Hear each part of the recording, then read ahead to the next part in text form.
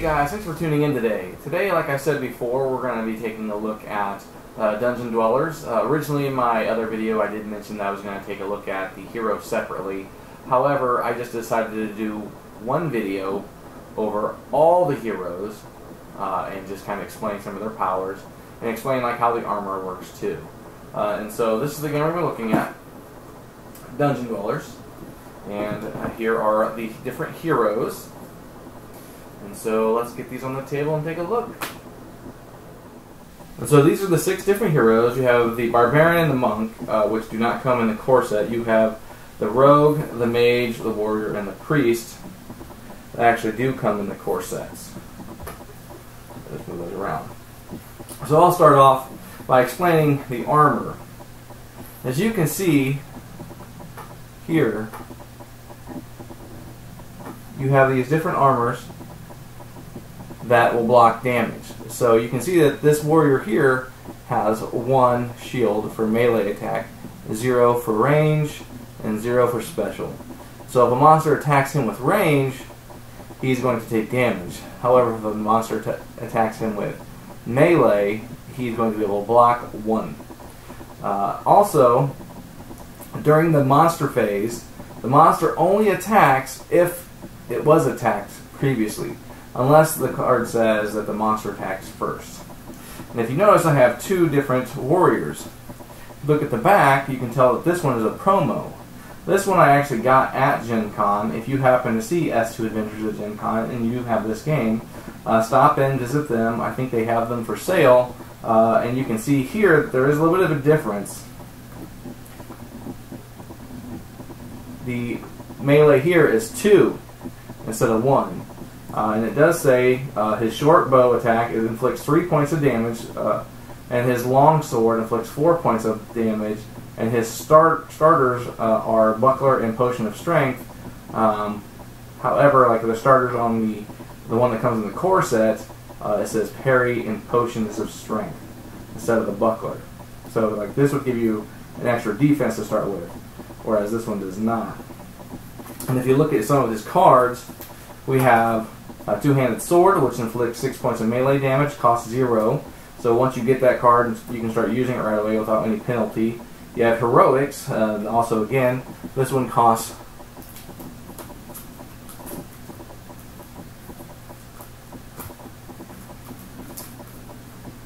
I'm looking at his cards, trying to get as much shine on this. These cards are sleeves, so they're going to be shiny. It costs 0 to use, but it says the Two-Handed Sword inflicts 6 points of damage and it replaces the long sword that he starts with. Then you have Heroics, again it costs 0, and it says once per round, 1 monster attacks you instead of the active hero. Place discarded energy cards equal to the monster's attack damage on the bottom of the energy deck. That one's pretty helpful. And then you have Banded Mail. This one gives you 8 defense to special and 8 defense to melee, but 0 to range. And that's where those dice will come in. You'll use that. And then here's Brute Force. It costs 2 to use, but inflicts 5 points of melee damage. That's helpful. Stamina. After each monster you defeat, it says places 2 discard energy cards on the bottom of your energy deck. This allows you to recharge your energy deck much faster. That is a good card to have. You should have at least 2 of those in your deck. And there's the Buckler and the Whirlwind. Says add 2 points of weapon attack, expand 2 energy for an additional 6 points of damage against boss monsters. That one's pretty good too. I don't want to spend too much time on each hero, and so I'll just stop there with him. And then here is the Priest. Again, you can see the difference in the promo cards. Okay, and so like the one that comes with the core set has a 1 ranged and 1 melee defense. His attack is inflicts 3 points of range damage, and his melee is a mace. It says inflicts 3 points of melee damage, and he starts with a holy water and a heal. However, on the promo card, he only gets 2 defense to melee, none to special, none to range. However, he would do 2 points of range damage, but 4 points of melee with his hammer. So instead of starting with a mace, he starts with a hammer. And his starting cards are the same, Heal and Holy Water. And then if you look here again, he starts with, or he has Ring Mail in his deck. He has 7 special. If you look here, he has 7 special and 7 melee. That's where you use the die. That absorbs 7 points of melee or special damage, and then gain health, a level up, increase the current maximum health by 4 points. These are the generic cards that you would add to his deck. Bless, all other heroes gain 1 to weapon damage until the beginning of your next turn. Priest gains 5 experience tokens. That one's nice to be able to level up faster.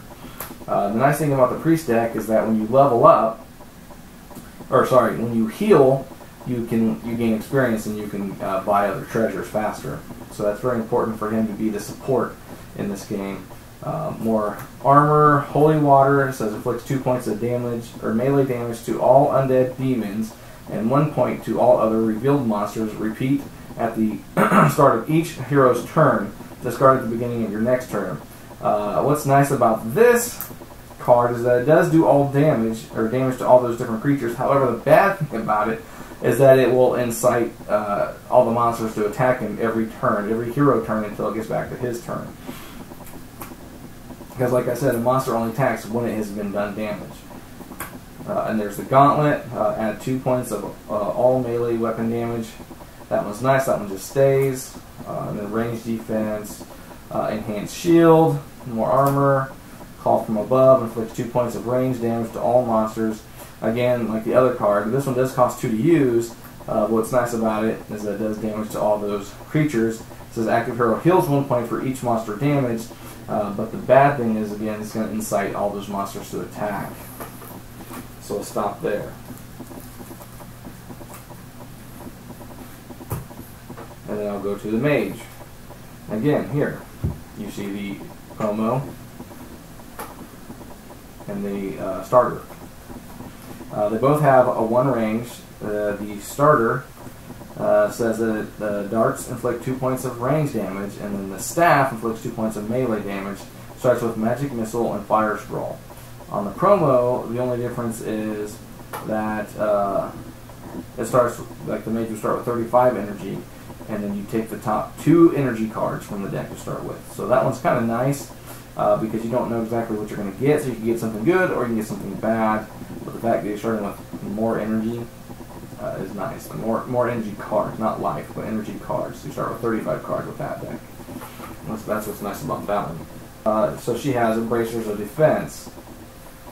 As you can see, this gives her a +1 to the special range in melee. Okay, and then obviously you have Mage Robes. What's nice about these cards is that they don't actually cost a dice. You can use these without absorbing armor. So that's what's nice. Those always stay in play unless there's a monster that tells you to get rid of them. Lightning Bolt inflicts 4 points of range damage to one monster, inflicts additional 2 points of damage to other revealed monsters, expands 1 energy card per revealed monster. What's nice about this card, obviously, it does damage to other monsters. And you can choose to include other monsters. But however, if you do that, you're going to incite the monsters to attack her. There will be multiple monsters attacking her during a turn, which could cause her to die faster because she doesn't have very good armor. But as long as you can get those other cards out, you can have some armor in place. Cloak of Fire says expand 1 energy for each monster with a melee attack. Avoid melee attack damage. Take experience tokens from the monster equal to melee attack damage. So basically what this is saying is that when a monster attacks you, it's because you have the Cloak of Fire, it's going to be the damage will be negated, but you're going to be taking damage away from it because it's like catching it on fire. And then you have Daggers, Fire Scrolls, that inflict 5 points of range damage to each revealed monster. Only 1 Fireball Scroll can be used during hero's turn. And then you have the Rogue. And again, here you see the difference between the stock and the promo. And so the stock says it has 1 defense for special, 1 defense for range, 1 defense for melee, but the promo card does not have 1 for the special. And it says Blow Darts inflicts 2 points of damage, that's the range. The short sword is the melee, inflicts 3 points of damage, and it starts with backstab and disable traps. The attack is similar on the promo, but it says that it starts with backstab and 2 disabled traps. And so those traps are like those rooms that you walk into and they just like instantly kill you. During my first review, the first turn, I died and I just restarted to show you guys how that would work. This would help to negate some of that unfair card draw. And then it says tan leather. Obviously you have your 6 points of armor that you can use the die for. Absorb the set of traps. It says exploration phase, replace exploration card. Gain 5 experience tokens. Boss treasure phase. Gain 2 gold cards. Don't discard after use. More disabled traps. More armor. Loot treasure phase. Gain 1 gold card. If it is worth 20 or 10 gold, keep it. Otherwise, place it at the bottom of the golden deck, which is the treasure deck.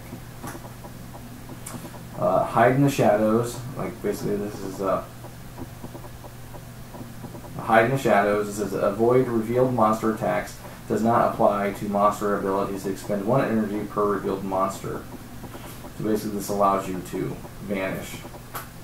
Manageable short sword. Move quickly. Inflicts 4 points of melee damage. Sneak attack. When any hero reveals a monster, take 3 experience tokens from the monster. So basically, like you're running up and just hitting it right away. Alright, and then getting into the new characters. I'll start with the Barbarian since that expansion came out first. This one I do not have a promo for. I don't know if there is a promo in existence for it.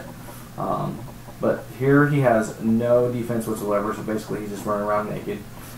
Says his spear, which is his range, inflicts 3 points of damage. His heavy axe, which is his melee, inflicts 5 points of damage. Starts with Berserker and Potion of Endurance. And so you can see that he's a damage dealer. He's not a tank, he's just a damage dealer. So Berserker says attack an additional revealed monster using a weapon attack. So it allows you to attack twice with him during a turn. Whereas you can only attack once, but then you can use other card abilities once. Or you can expend energy to do additional damage. But like this card will allow you to attack 2 monsters, but then again he has no defense, so he's going to be getting attacked by multiple monsters. However, what's nice about him is he starts with 12 health instead of the 10 that everyone else does. Water Flask. Treasure phase. Place 1 discarded energy card on the bottom of your energy deck. So it lets you refresh your deck again. And then now there's some armor. Studded leather. It gives you 5 that you can use the dice for. Ring leather, 5 range, 5 melee, whereas the studded leather did special and melee. Potion of Endurance, absorb 5 points of any damage, discard after potion is reduced to 0. So this is where you would use another die. Helm, this will give you instant armor that you can use until this is either destroyed. There is no die, so you get a +1 special, +1 range, and +1 to melee. Fury. Inflict 4 points of melee damage to a monster. Inflicts 1 point of unblockable damage on the active hero. Frenzy. Inflicts 4 points of melee damage to a monster. Monsters will not attack during the next hero's turn. Does not apply to monsters' abilities. So this is like stunning a monster. He runs in there in a crazy phase, just starts whacking, and then the monster's stunned. So he'll get attacked back, but the next hero won't. So it's good to play like the Mage after him. But it does cost 2 to play that card. And then Bull Rush. This one costs 2. It says when another hero reveals a monster, take 4 experience tokens from the monster. The active hero will avoid the monster's attack. Does not apply to monster's abilities. So obviously he's rushing in there and hitting it and stunning it. Alright. And so then the last hero we have is the Monk, and again, there's no promo card. However, I did notice that there was a misprint on one of the back of the character cards, or the actual ability cards, the energy deck cards. It's got the same backing as the character card itself, whereas the rest of them have the generic Dungeon Dwellers logo on it. It says that it gets 1 armor against special. I hope you guys can see that. And it says that his melee and his range both are mental barrage. Fists inflict damage for each energy card discarded. So For 1 card, it's 1 damage. For 2 cards, it's 3 damage. For 3 cards, it's 6 damage. For 4 cards, it's 10 damage. And it starts with Meditation and Gem of Inner Strength. So he's another damage dealer, but he does get the special armor. Meditation says place 1 card from the bottom from your discard pile into your energy deck. So basically, he's like praying, getting his strength back. Tunic of Good Fortune. For every 4 points of damage taken, gain 1 gold card, which is nice because if you get those 10 if you get those 10 gold piece cards, you actually get a treasure from your discard pile. Transfer Pain. For 3 points of damage taken, place an energy card from your discard pile to the bottom of your energy deck. So that one's nice. That one lets you recharge your deck again. Potion of Vitality. Gain 3 health. Place 3 cards from their discard pile on the bottom of your energy deck. So basically, he's just recharging his whole deck because, like, his attack here is he's just burning through it. So that's kind of nice. Mind over Matter. Does discard 1 energy card for every 2 melee or ranged damage taken, up to 4 cards. So this is a way of blocking your attacks from the monsters. Mental Anguish. Add 3 points of mental barrage damage. So you spend 3 and you can add 3 damage to the attack, which is nice because if you're going to burn energy anyway to do 1 damage, why not just burn 1 energy to do 3 additional damage, because you obviously have ways of recharging. Gem of Inner Strength. Use this card to expend up to 5 energy. Discard after use. And so there's those cards. And then here's some of the generic cards that come in the core set. Weapon Skill Level Up adds 2 points of melee attack. Refreshing Potion. This allows you to bring cards from your discard back into your deck. Melee Defense Level Up gives you +2 melee. Potion of Major Healing. Anytime during the hero's turn, restore health. Discard after use. So these are the cards that you'd be adding into the hero decks just to kind of add some fluff or some level up abilities or healing if you're afraid that your other team members aren't going to be doing a very good job. So that's a good way of self-care in this game. So let's take it back up top. Alright, so time for my final thoughts. And so I actually really like the Priest. That's the card or the deck that I always go to use.